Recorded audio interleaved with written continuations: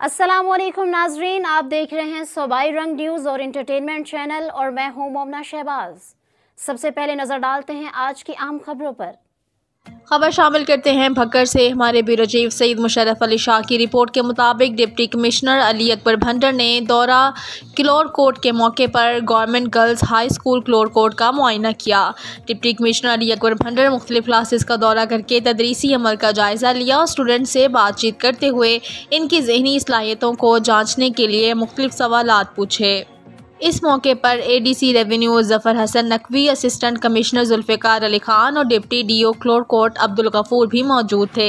Deputy commissioner Ali Akbar Bhandar ने school में फ़राहम करदा सहूलियात का जायज़ा लिया और मज़ीद बेहतरी के लिए असिस्टेंट कमिश्नर क्लोरकोट जुल्फ़िकार अली खान को हिदायत जारी की।